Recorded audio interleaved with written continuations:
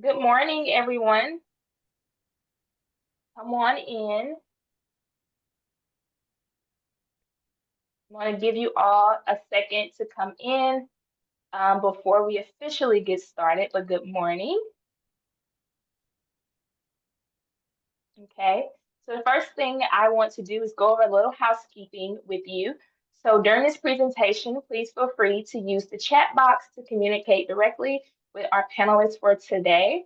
And if you have any questions, please feel free to utilize the Q&A box as well, so we can get those questions answered for you. Okay, so before we get started, we're going to launch a poll that I would like you guys to participate in. So the question for the poll today is, what is the opening date for the 25-26 FAFSA cycle? So I'm going to launch that poll now. So you should be seeing it. So your answer options are October 1st, 2024, December 1st, 2024, and January 1st of 2025.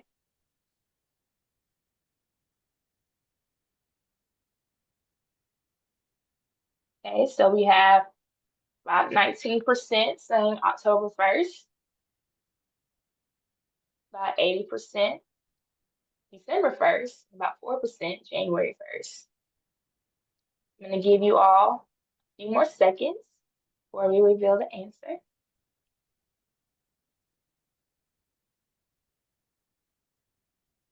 Okay, so it looks like we have majority of you all saying December 1st of 2024, and that is correct. So the 25-26 FAFSA will open on December 1st of 2024. Okay, so hello and welcome to the webinar. My name is Chelsea Williams, and I am the coordinator of external training and partnerships for the Woodward Hines Education Foundation and the Get to College program. We're recording today's session, and we'll send a link to everyone who has registered. For those watching this recording, today is October 1st of 2024, and the material in this webinar is current through the 24-25 school year. In today's session, MAAPP and 25-26 FAFSA updates, you will hear the latest news and updates about the MAAPP and FAFSA applications for the 25-26 cycle. I will now share a little background on Get to College and a few logistics about the webinar before we get started. Get to College is a nonprofit program of the Woodward Hines Education Foundation. We have 3 centers in Mississippi, one in Jackson, Ocean Springs, and South Haven. And we help parents, students, and high school counselors with all aspects of college planning and financial aid. All of our services are completely free. In our centers, we personalize college counseling appointments where we can tell students when to apply for admission and scholarships, help them fill out their FAFSA, or advise them on essay writing and interviewing.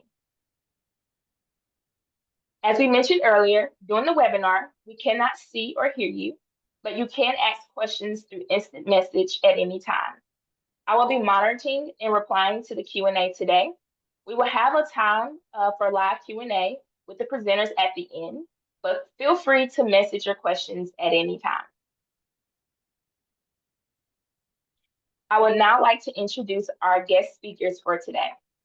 Jennifer Rogers is the director of the Mississippi Office of Student Financial Aid.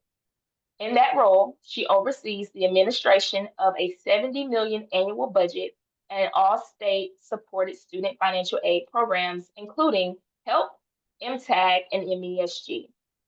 Since Rogers took leadership of the office in 2009, the office has reduced its administrative overhead while increasing the number of students eligible for the state's only need-based grant program by 15 times.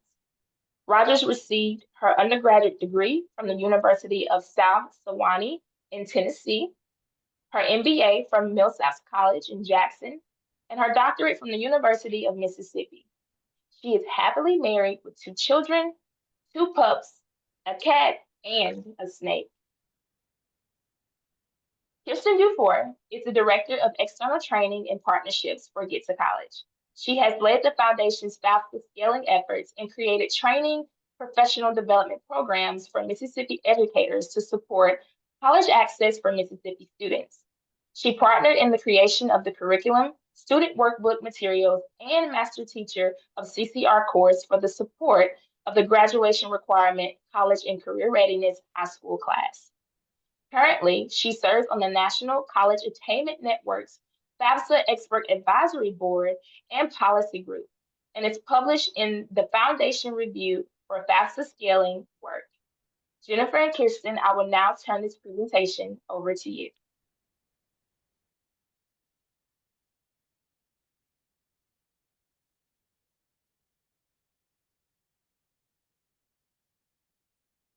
Okay. Well, thank you for joining us today, everyone. So the Mississippi Office of Student Financial Aid is the office that administers all of the funding that the state of Mississippi makes available to help students go to college. Next slide.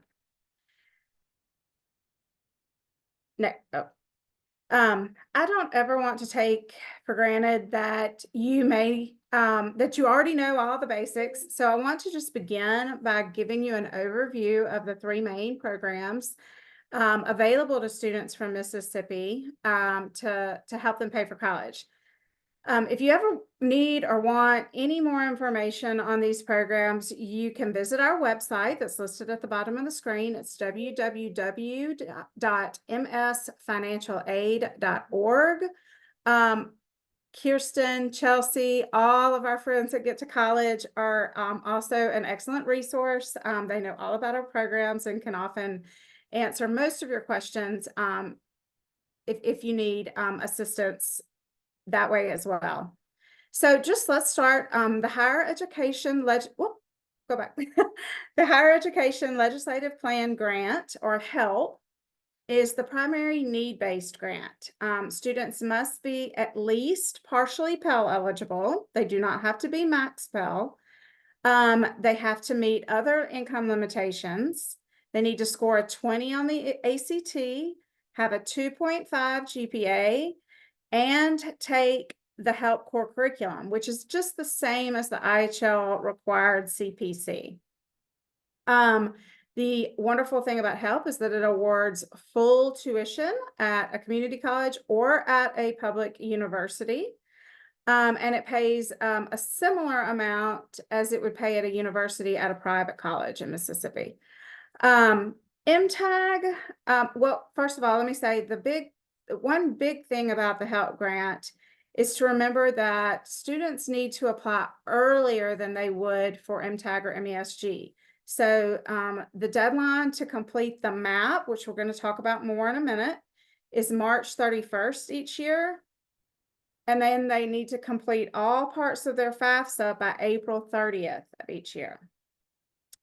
The Mississippi Tuition Assistance Grant is the primary residency grant. Students must have at least a 15 on the ACT and a 2.5 GPA.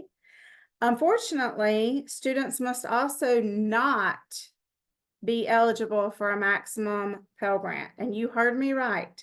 That means that your highest need students will not be eligible for MTAG. The grant awards $500 to freshmen and sophomores and $1,000 to juniors and seniors. The Mississippi Eminent Scholars Grant is the primary need-based grant. Students must have a 29 on the ACT and a 3.5 GPA. The grant awards up to $2,500 per year and is awarded regardless of income. The MAAPP deadline for MTAG and MESG is September 15th each year. That's after the fall semester of a student's freshman year of college begins. So they have plenty of time to apply for that. Supporting documents are then due a month later on October 15th. For the first three programs, students must enroll. So that's HELP, MTAG, and MESG. Students must enroll in and complete 15 hours each term, not 12, which is required for a lot of other aid, including federal aid. The newest state program is the Fostering Access and Inspiring True Hope Scholarship, or the FAITH Scholarship. This is for our state's foster youth. Students need to be less than 25 years of age. They have to complete both the MAAPP and the FAFSA. They must meet the state's definition of a foster youth and enroll at least half-time, which is a minimum of 6 hours.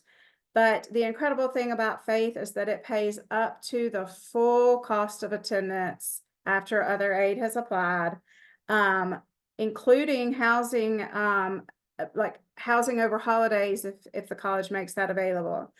So this is really designed so that students who have kind of had a vulnerable start in life can access college and attend debt-free. Let's go on to the next slide. So this is just a screenshot of the main page of the SFA website at www.msfinancialaid.org, where you can find lots of information about state aid. I apologize if you hear my dogs whining in the background. Let me point out just a couple of things. Counselors, you can find helpful how-tos, instructions on things that we may ask of you as a counselor. Circled in purple at the very top of the right-hand sidebar over there. It's called the high school counselor info. That entire section of our website is dedicated to you as counselors. Access to detailed information about all the grant programs is in the section just below that says grant and scholarship programs with the red circle around it. And then students apply by clicking on the left-hand green button that reads apply. And that's circled in blue. Next slide. So every year, and this is a screenshot from a previous year, but every year the Mississippi Aid application, commonly known as the MAAPP, opens on October 1st. That's today. And I did check it, and it is live and it is active and all looks well. So students can start completing their 25-26 applications today. Usually, of course, the MAAPP and the FAFSA both open on October 1st, but as we've already learned, the FAFSA is going to be delayed again this year. But as you wait for the FAFSA to open, you can encourage your students to go ahead and complete the MAAPP. That is something that they can do to prepare for college next year, starting today. This is just a look at the first page of the application. It is a really simple application. If you've never been through it, I encourage you to do it. It takes less than 10 minutes to complete. Unlike the FAFSA, the MAAPP does not require any financial information. It doesn't require contributors, and it doesn't link to any kind of external data sources. So it's easy breezy compared to the FAFSA. We do, of course, encourage that all of your graduating high school students, even those who don't think they're going to go to college, we encourage them to go ahead and do the MAAPP, as well as the FAFSA. Next slide. The MAAPP, of course, is not just an application. It is also a student information system, and it is a place where students can find out everything they need to know about their state aid application process, and it is a place for counselors to see a lot of information about their graduating high school students. We refer to the student and counselor account features as the MAAPP dashboard or the MAAPP portal. I'll kind of refer to them interchangeably. Next slide.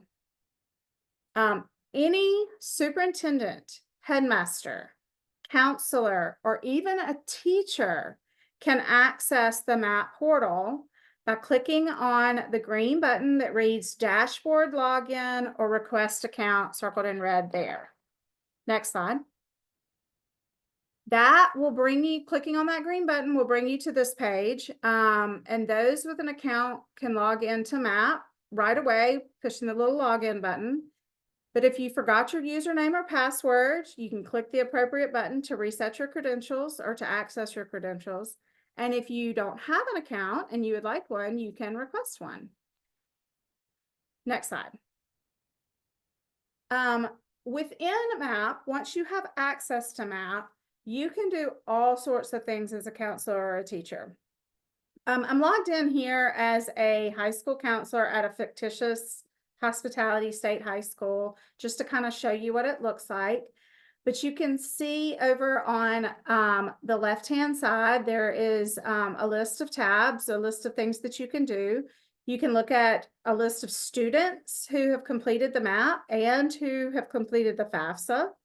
You can click on an individual student's name to see details about that student, their application process, what messages they've received, what information they may be lacking.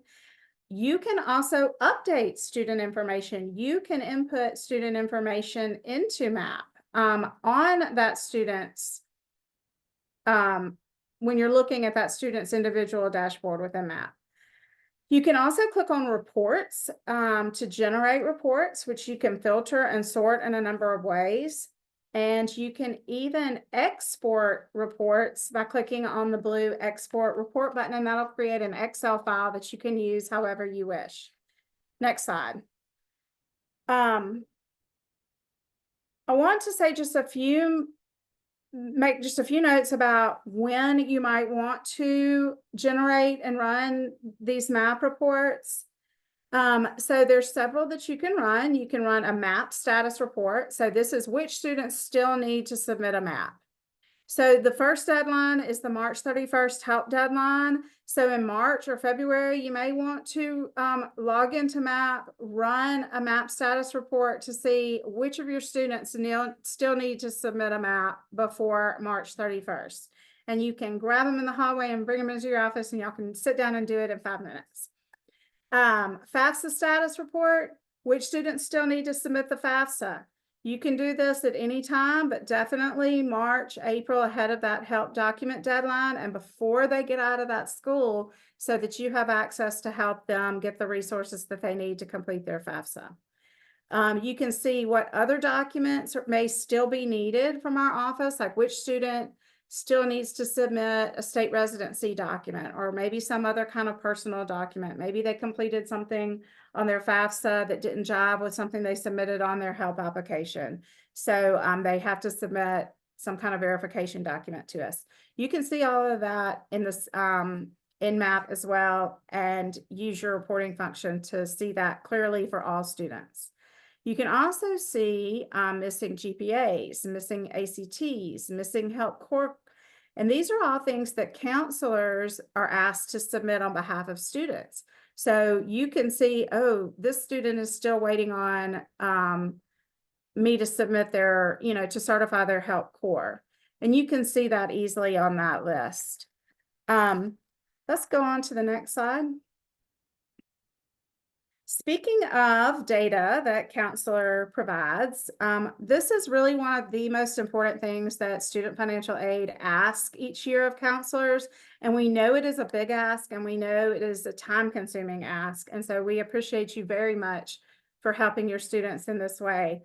But every year, the counselors at every single high school in Mississippi, not just our public high schools, but our private high schools as well, are asked to submit academic information for all of their graduating high school seniors as early as possible in the spring semester. What we need is the 7-semester GPA. So that's the GPA as it was at the end of December. We need the ACT score or super score, and we need the help curriculum certification. This information is needed because nearly all the state-funded grants, as we saw earlier, have some sort of ACT or GPA eligibility requirement.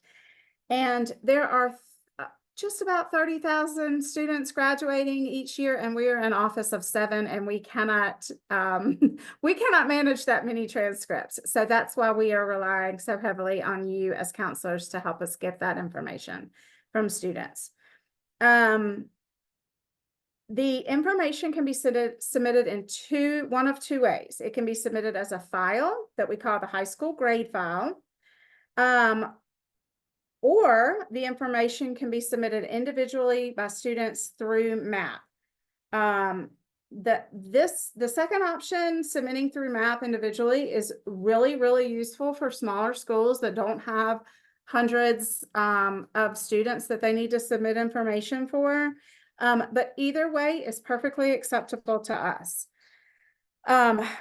Grade files, just a couple more notes, grade files or the individual grade updates really cannot be submitted until January, but they need to be submitted before April 30th to meet that help deadline. We really encourage you to go ahead and get this information knocked out in January or February. We know how crazy it gets as the school year comes to a close and you've got a million other things going on. So encourage you to go ahead and get those files submitted, get that information submitted, and get that out of the way.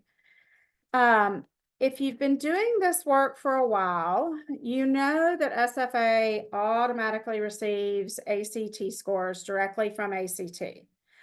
Unfortunately, we are still unable to receive super scores. We have been working with ACT for years trying to get this information since they started releasing super scores, and we still are not getting them automatically on those grade files, which makes it just that much more important for you to help us get those. We can accept super scores directly from the school. So if you as the counselor see that super score, you know that super score is accurate and you want to submit it through MAAPP, we'll take it.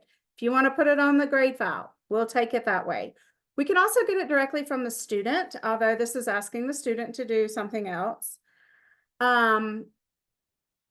For SAM users, if there are any SAM users out there, Central Access developed a new function last year that allows you to import your ACT composite and SuperScore data into SAM. And then after that ACT information has been imported into SAM, there is a query that you can run in SAM that will actually create, they worked with our office to create it. It will actually create a high school grade file in exactly the format that we need it, with all of the information we need. And so all of this information is available in that high school counselor center on our website.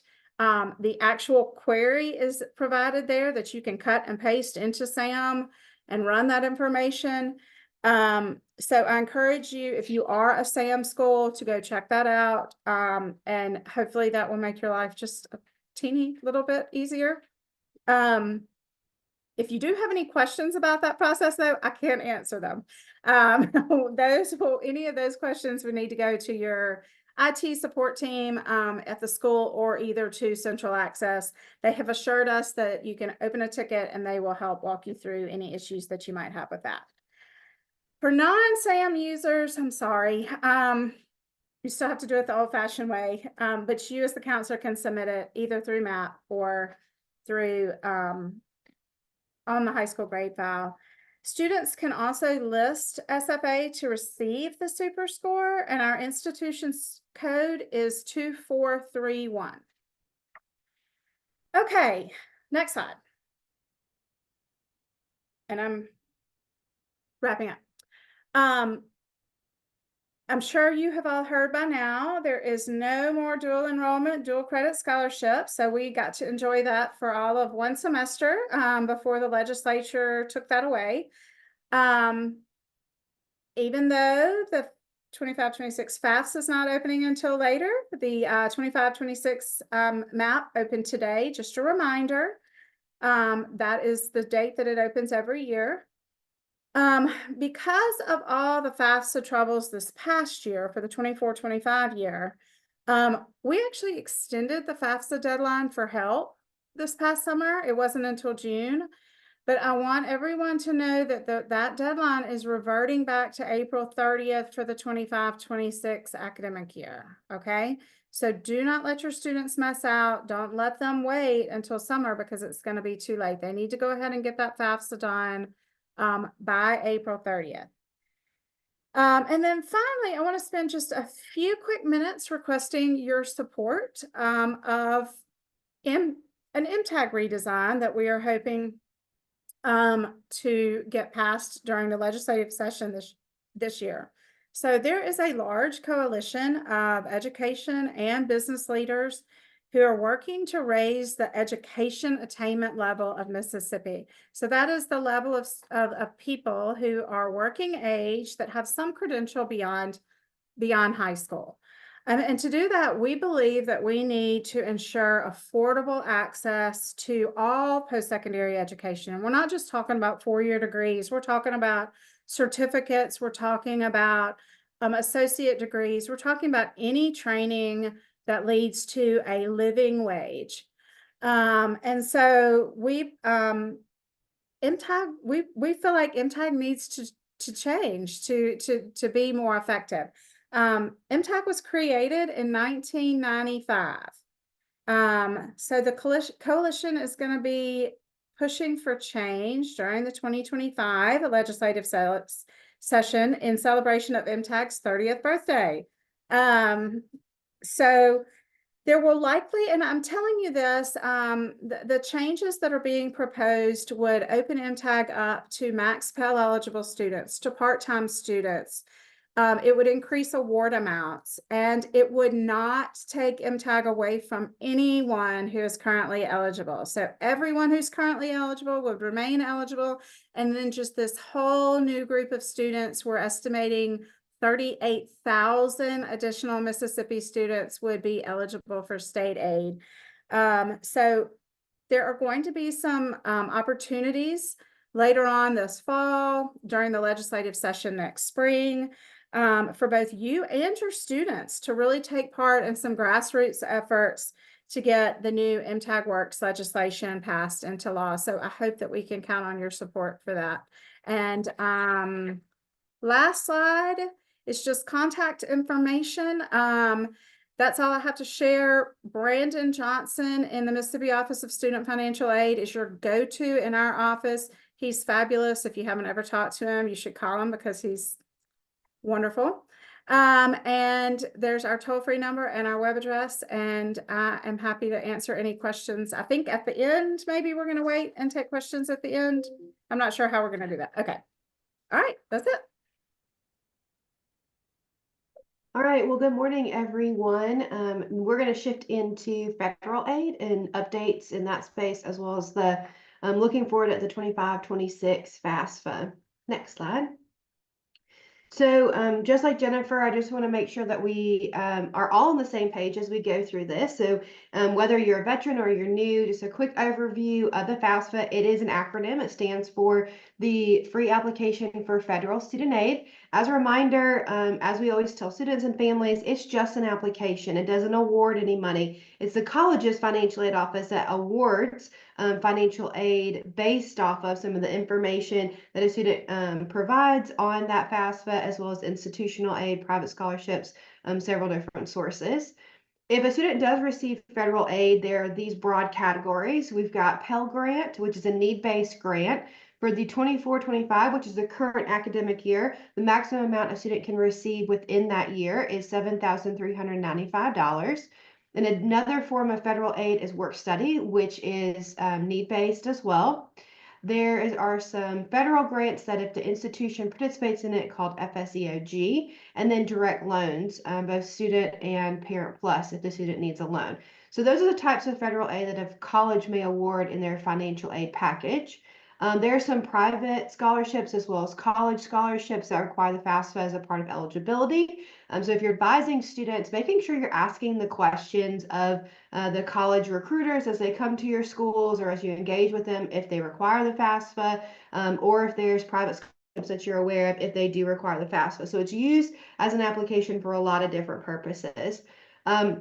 The Student Aid Index, or SAI, the acronym you're going to hear a lot is SAI, is the unit that is used to determine if the student is eligible and has financial need, which is done by the awarding institution. And then we're going to be using the 2023 tax information for 25-26. So we use prior tax year. Next slide. So let's start to see where Mississippi is currently in FAFSA completion. So this is as of September the 20th, so Friday pretty much. They released the new numbers. Nationally, FAFSA completion is at 52.2% of high school seniors. So we only have the data for high school seniors. We don't have the renewal data from federal student aid. That is a negative 8.9% change year over year.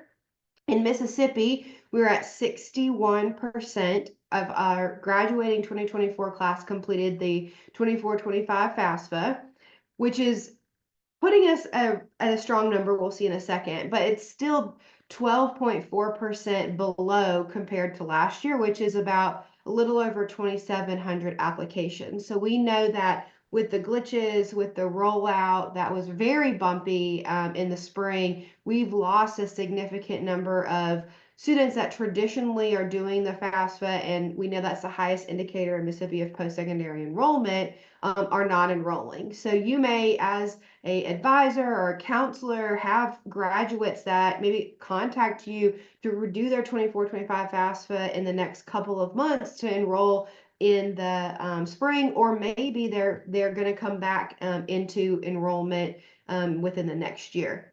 I'm going to drop in the chat as Chelsea transitions to the next slide. If you want to see this data, dig in a little bit more to Mississippi, find populations that have had the largest impact. It breaks it down by geographic location, demographics, even districts. But we rank according to the National College Attainment Network that does a ranking of not only the states, but then digs into the state data. Number 4 in the country in FAFSA completion as of September the 20th. So we've got Tennessee and Louisiana above us. They traditionally are there. Tennessee requires it for their free community college. Louisiana previously required it for graduation, but that was removed in this past spring. So that's no longer a graduation requirement.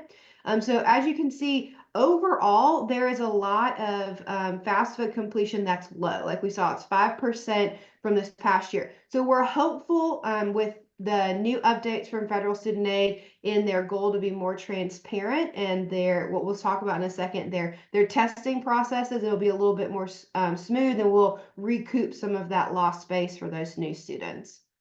All right, next slide. So let's look at federal aid updates. That's where we're going to start, and then we're going to look into the 25-26 FAFSAs. That's how we have organized this morning. So I wanted to kind of bring us up to speed. If you don't follow U.S. Department of Education and federal student aid all the time, don't worry, you're like everyone else, and I'm the anomaly here. So I wanted to bring you up to speed on like what they've been doing within the space of acknowledging that the 24-25 FAFSA was bumpy, and how they're going to hopefully make 25-26 better.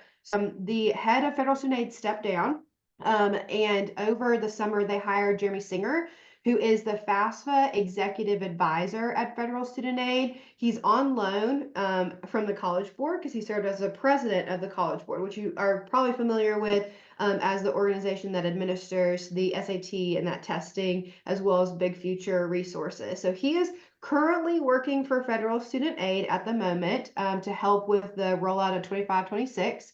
Over the summer, they hosted a series of listening sessions from advisors, students, families, colleges, state partners, to kind of hear like what happened on the ground after the rollout of the 24-25. They also issued a request for information that just closed a few weeks ago. I believe they had over 70 different comments that were soliciting feedback of what happened and on the form itself. So a lot of those comments I know were about help text and the lack thereof in the form. So we're hopeful that that will be something that comes back from that RFI process.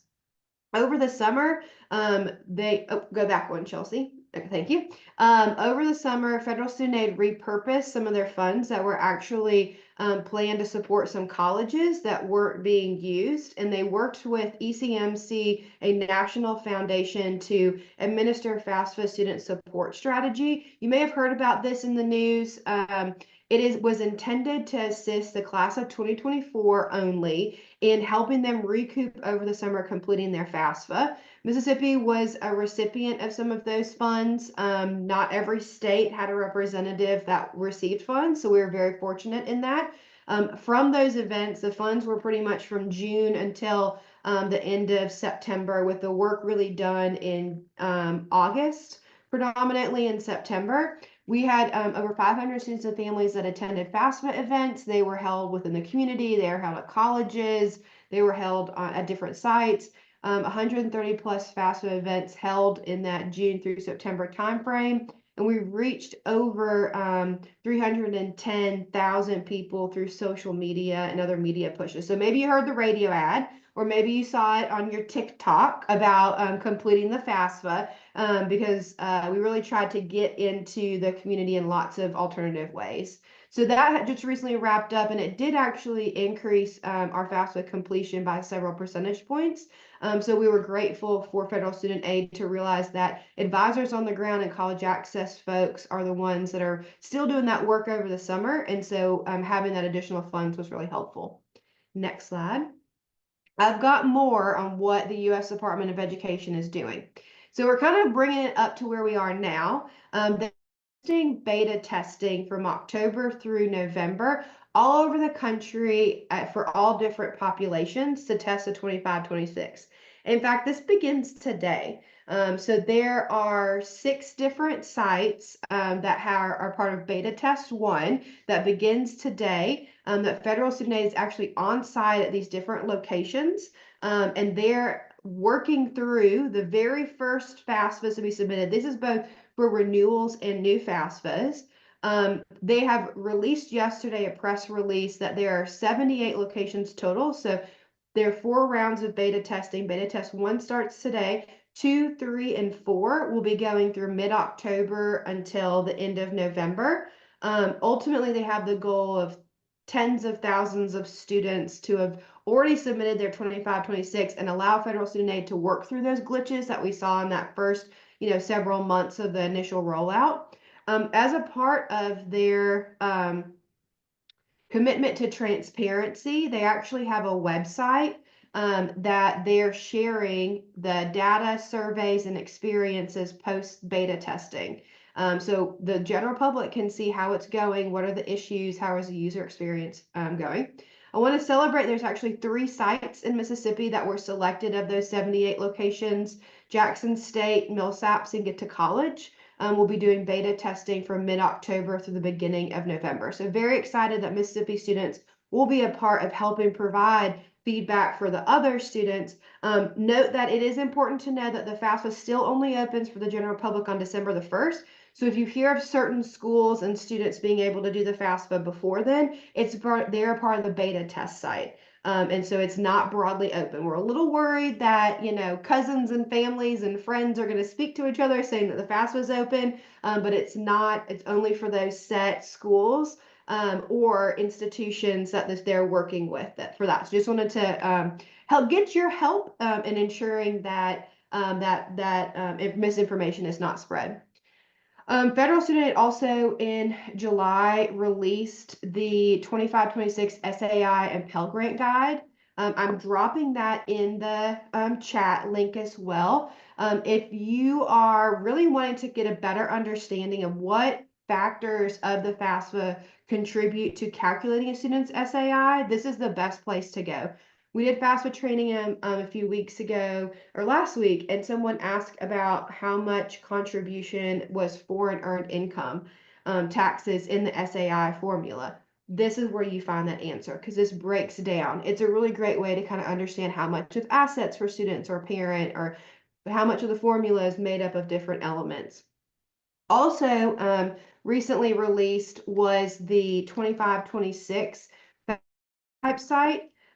Just to note, if you are a long veteran of the FAFSA environment and working and advising with students, you'll remember the demo site. Federal Student Aid has said that the demo site will be several years before it will come back. So the demo site had full functionality. You could click on anything. You could really do whatever in it and it would respond accordingly. The prototype site has limited functionality, but it allows for you to at least click and see, and they've got some scenarios and they're going to be adding new scenarios, but it's not at the full function demo site. It'll be several years before Federal Student Aid is able to get the tech support to build another demo site, but I'm dropping that in the chat. And then the last thing I wanted to share here is that Federal Student Aid released a white paper last week. That's a 24-25 recap, and then a plan for 25-26. So I kind of extracted, it's like 10 pages long. I extracted some notable things here. The first time filers were down 8.5%, but renewals were actually up by an additional 150,000, which is great to hear. Sad for our entering freshmen, but encouraging for our renewal student space. Approximately 500,000, or about a 6% increase of the FAFSAs that were submitted were eligible for Pell Grant. We knew that early. That was one of the big things with the legislation that would expand Pell eligibility. And we saw that. We've seen that a lot in Mississippi. I don't have the Mississippi specific numbers, but nationally, over around 500,000 more people are getting Pell Grant. They plan to hire more permanent IT professionals. So currently, federal student aid outsources their technology support of the platform, but in the future, their plan is to have in-house permanent IT professionals that are able to do work on that. And they're also hiring and training more FSA call center staff because the demand is so high. They understand the need for more and better training. So they'll be working on that. Chelsea, before we go to the next slide, I know there's a question. How did you choose if you're chosen for a beta testing? So let me answer that really quickly. There were applications that were required to be submitted. There was a round 1 application and a round 2 application. They preferred for it to be an institution or community-based organization that has the experience of hosting FAFSA completion events and are able to create FSA IDs early, as well as get students and contributors. So that's why you see in Mississippi 2 institutions and a community-based organization selected. We've got renewals that will be tested with the institutions, as well as some new, and then Get to College will be focusing on new. The Get to College team has worked internally. The initial test required a post-secondary institution a partner. The beta testing that we're a part of is not requiring it. And so our team is working internally with some of our partner high schools that we've worked with to beta test in those. We have really specific requirements of student populations from federal student aid that we're working with. And so that's how our team is selecting the high schools for that beta test round. Continue to drop your questions in those chat. Chelsea, let's move forward. All right, so we're moving on to 25-26 FAFSA. So the next few slides are going to be all about like what you need to know related to the new form that opens on December the 1st. It is still a role-based experience. So you can see that chart that's on the screen in the upper right corner. It's small. It's on our website, linked in our resources, which I will share in a second. And it is intended for the student to help figure out kind of whose information is used on the FAFSA. I'm going to share a resource a little bit later in this presentation. Federal Student Aid has created a similar tool if you have web access, but this tool is really great if you just need to print it and hand it to a student and have a conversation about who to use. So a student, a parent spouse, and a student spouse are the only contributors on a FAFSA. If some of this language is new for you, if you're wondering why a grandparent or a legal guardian is not included, please come to FAFSA training. We would love to teach you some of those rules to ensure that you're getting that information early and correctly to the students. The FAFSA, because it's a role-based experience, so each one of those contributors has their own application that they need to submit. It's no longer all within the same form. That FAFSA is not complete until all contributors have submitted their section. So a student may start it and 15 days later, their parent contributor may do it. And then 15 days later after that, it may be that their final contributor is able to actually see the submit button. And the form has just been sitting in limbo until that final contributor has put their information in. The Parent Wizard tool is available, and it's actually just released yesterday on a website, which I'm going to share in a second, to assist students in this determining of this process. So we'll see what that looks like a little bit later. Next slide. All right, so in addition to what we know, let's kind of go through some topics. We've got open date. So as we've mentioned earlier throughout this, it's December the 1st. This is both for new and renewal FAFSAs. We're doing beta testing starting now through the end of November for students to address errors, and they're going to provide those regular reports out to the public on testing. And we start ours mid-November through early November. Mid-October through early November for Mississippi students. Technical functionalities, wanted to spend a little time here. Renewal applications will not auto-populate with prior year information like they have in the past. It will be the exact same way as a new student where they start the form totally brand new. It brings in with their FSA ID their contact information, but it doesn't renew, it doesn't bring renewal information. Essentially what Federal Student Aid did is they took 2425s and they copied and pasted that same code and then just worked on finding where the glitch code was versus updating it to be able to pull renewal information. So they're still going to have to say if they're a resident of the state, how long they've been a resident. They're still going to have to do all of those questions as a new applicant would. All functions of the form will be available on December the 1st. So this is really encouraging. So in last year, we had a phased-in approach where the submission was available, but the processing wasn't, and the ICERs weren't, and that was phased in. This year, everything is supposed to be available on December the 1st. So a student can submit the form, it can be processed online or paper. An ICER, which is what the institutions receive, that information on the backside of the FAFSA, will be sending, and they can make corrections all within that December 1st start date. So obviously they can't make a correction until they've submitted a FAFSA, but we're not going to have to wait months for that correction functionality to be available. Sending more timely emails to students and contributors, which include updates to the process of the application. That was an issue last year that some parents were receiving, hey, your information needs to be submitted, but they'd already done it. Federal Student Aid assured us that they have updated that timeliness, and so it's going to be like how that December 1 is, where it's like automated based off of actions immediately. And then they've updated the system to improve the process of matching a student's invitation to their contributors' studentaid.gov account. I quoted that because that came from that white paper that they released last week. And so that is directly Federal Student Aid's words. I know this has been a large headache and issue. It still is something that I'm dealing with in helping 2425s. So according to Federal Student Aid, that they've updated that and improved that process. Next slide. All right, what we know for FSA IDs. They're still going to need to be created at least 3 days before starting a FAFSA for those with Social Security numbers. All contributors are still going to need their own FSA ID. And then parents without Social Security numbers currently have a manual identity verification with immediate access to the FAFSA. It is something to note that currently that identity verification is temporarily suspended as a requirement, but Federal Student Aid has said it's going to be coming back. They're just unsure when. The functionality still isn't there for it to be how they wanted it to be initially. So this is the attestation form and those identity documents that they have to submit to Federal Student Aid. This is temporarily suspended, but will be coming back. So just wanted to tell you all that.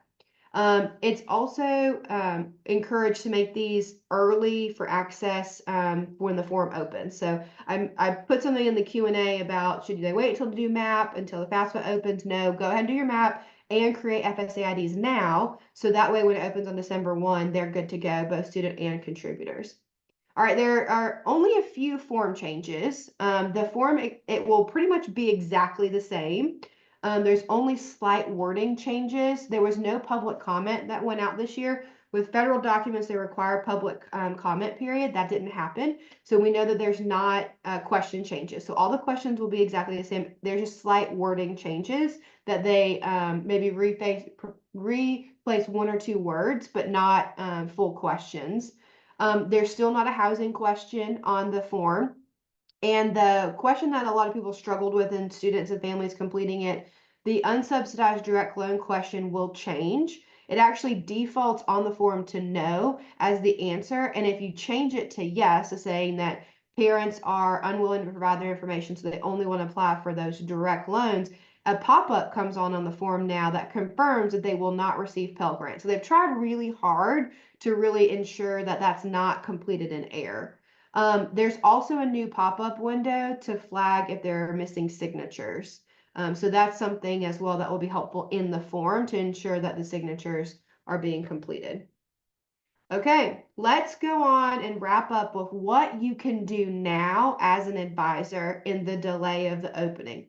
So you can utilize Who is My Parent tool for the FAFSA. I'm dropping the link for this in the chat. It was literally released yesterday. It is a website on studentaid.gov. It's an interactive flow chart to guide students to determine who should be invited as a contributor. So I showed you that graphic. That's a great way to kind of help a student understand if you're sitting like or one-on-one counseling. If you have access to a computer, you can share this with them, use it as a resource.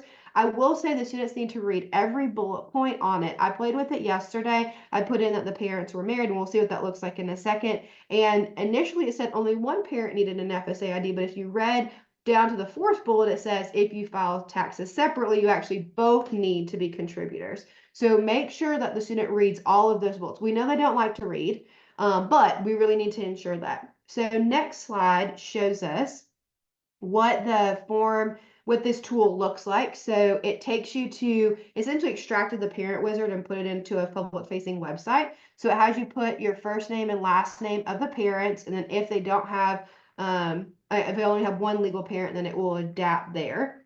So then when you hit continue, it goes to the next slide. And so I put two example names in. It asks, are example and example married to each other, not separated? If you click yes, then it will say you only one example and example. So it feeds the names into the website, needs to have an FSA ID. But that's where it's important to read all those bullet points, because it clarifies what, depending on what their tax filing status is. Next slide. If you say no here, it gives you then a series of questions you see on the left side. It asks, do they live together? Did one parent provided more financial support over the past 12 months? Yes or no? And is that parent remarried? And then if they are remarried, that's a long page. So I had to break it up. What you see on the right side in the blue is the bullet points that gives an explanation of who all needs to be a contributor on the student's form. And more details there. So this is a tool that you can share with your students and families now in order to help them understand who is a contributor. Next slide. Once you've done that, you need to create FSA IDs. So right now is the time to host FSA ID creation workshops for seniors and parents. The next slide, I created a flow chart yesterday for us to talk about determining who needs an FSA ID. We're going to share this PowerPoint slide deck with you all tomorrow morning at 10, 24 hours after this, and you'll get this there. But we're working on adding it as a resource to our website. Essentially, it starts with the student if they're independent or dependent. If they are independent, it asks if that student is married. If they are married, then on the far left side, you'll see a student needs an FSA ID and a student's spouse needs it. If they are not married, then only the student needs an FSA ID. So that's for independent students. If they are dependent, according to the FAFSA rules, it asks, are your biological or adoptive parents married to each other?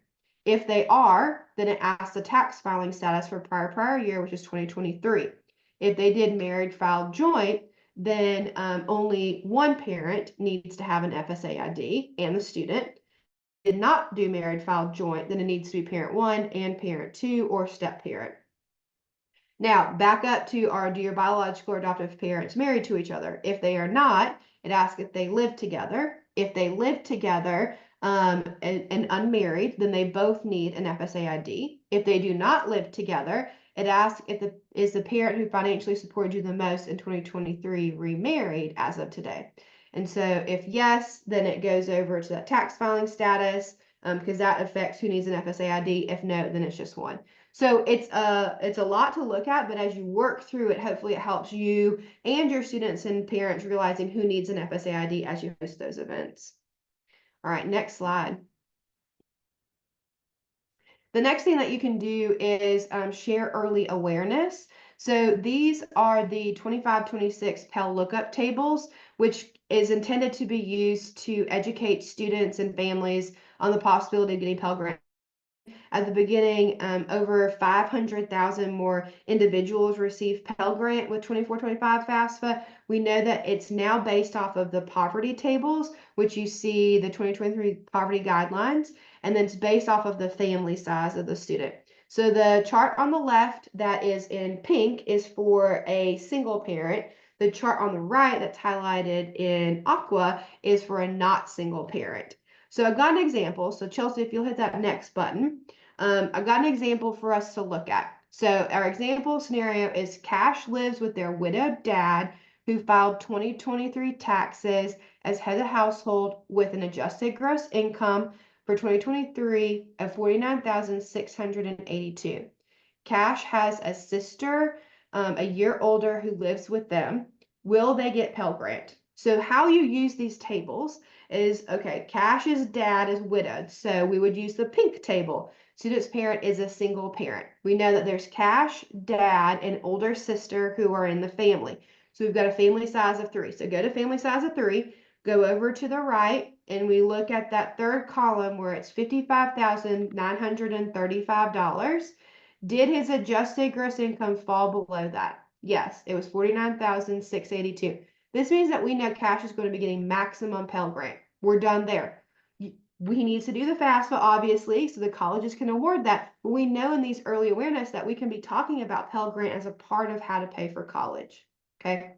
All right. Hit the next button for me, Chelsea. I got another scenario. Asher lived with their mom and stepdad, who filed 23 and 23 taxes as married filed joint with an adjusted gross income of $92,455. Asher's younger brother and stepsister live full-time with them. Will Asher get Pell Grant? Okay, so let's look. We need to use the blue tables because we know that it's not single parent. So we've got Asher, mom, stepdad, younger brother, and stepsister. So we've got a family size of 5. So we'll go to family size, go over, and we see that third column is $61,945. Asher is not going to be getting max Pell Grant because that adjusted gross went above that. What the colleges then do in step number 2 of this process is look at the SAI and determine Pell eligibility here. But in early awareness, because we don't know SAI, go to the final column and see, okay, is Asher's family's adjusted gross below $96,635?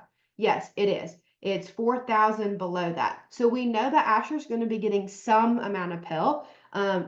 He's a little under minimum Pell amount, so there's some Pell that he should be eligible for.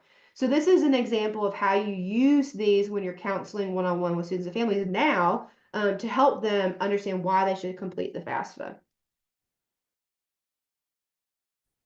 All right, and so the last thing that you can use and do now is utilize an easier tool probably than those tables, the FAFSA estimator, which is launched yesterday. It's updated for 25-26, and it's an interactive tool for students and families to answer a lot of those FAFSA questions kind of preliminarily. It'll generate an estimated SAI for them, and then they'll present to them what federal student aid they may be eligible for. So it's helpful in that planning process. So another tool to share if your students and families pretty early. All right, the last thing I'm going to drop in the chat is Get to College has compiled a lot of FAFSA resources all in one spot for you. So those are all on our website, which I have linked there. All right, I know we've got like 2 minutes left, so I think all right, Jennifer, it looks like the question in the chat is for you. It looks like she's typing it. So I think that is probably a glitch on the application, and it looks like I'm glad that you went ahead and went out there and tested it. Spring 2020, let's see.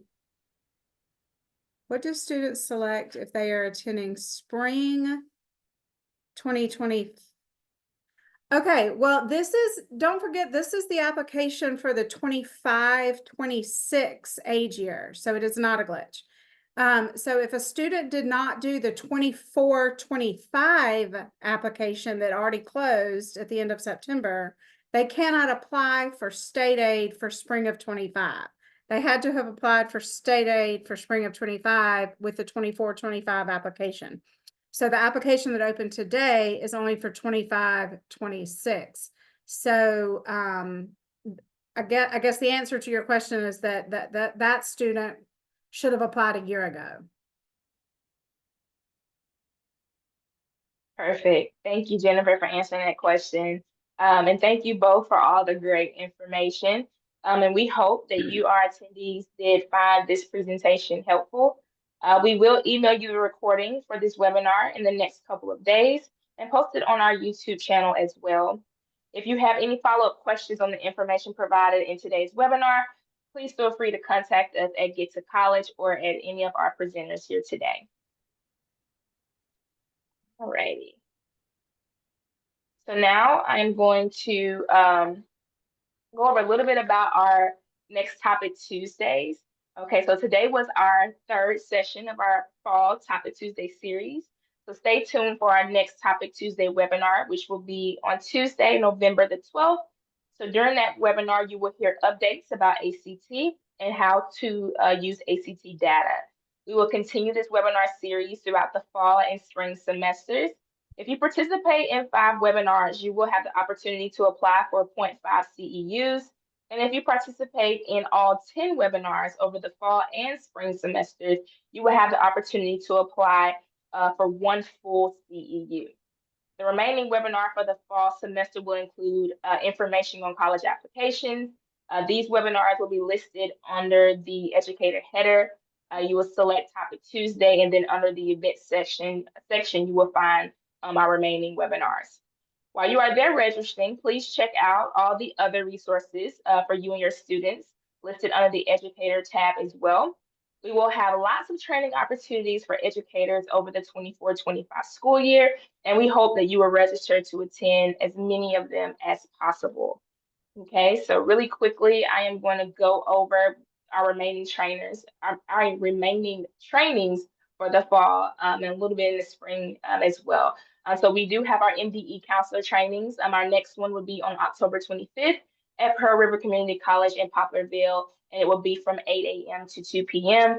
And then our last one will be on Friday, November 22nd at Itawamba Community College in Belden from 8 a.m. to 2 p.m. Okay, we do have some virtual FAFSA training opportunities for those who weren't able to attend the one we had last week. Our next one will be on Wednesday, October the 9th, so next Wednesday at 9 a.m. to 11:30 a.m. And then the following will be on November 5th, January 21st, and February 13th. So you can register for those on our website. We will also be having FAFSA 201 training virtually as well. And our first one for that will be on Friday, October the 18th from 9 to 11:30 a.m. And then the remaining ones will be on December the 5th and February 19th from that 9 a.m. to 11:30 a.m. slot as well. All right, and then FAFSA training in person. So we're going to kick off our in-person FAFSA trainings on Tuesday, October the 22nd at our South Haven Get to College Center. And that training will be from 10 a.m. to 12:30 p.m. And then we will also follow up with on that next day, on that Wednesday at our Jackson Get to College Center. And then that next Thursday at our Ocean Springs Get to College Center from that 10 a.m. to 12:30 p.m. time slot as well. And if you aren't able to make it to our centers, we do have FAFSA training in person at a couple of our community colleges across the state. So our first one will be at Holmes Community College in Grenada, starting on October 23rd. Our next one will be at Jones College on October the 28th, at Itawamba Community College at the Belden campus on October the 29th, East Mississippi Community College in Scuba on October the 30th, and then we're going to have our last in-person at our Southwest Community College in Summit, Mississippi, and those trainings will be from 10 a.m. to 12:30 p.m. All right, so if you have any follow-up questions, you can reach us at info@gettocollege.org. We thank you all for joining and being here with us this morning. You all have a wonderful day. Bye-bye.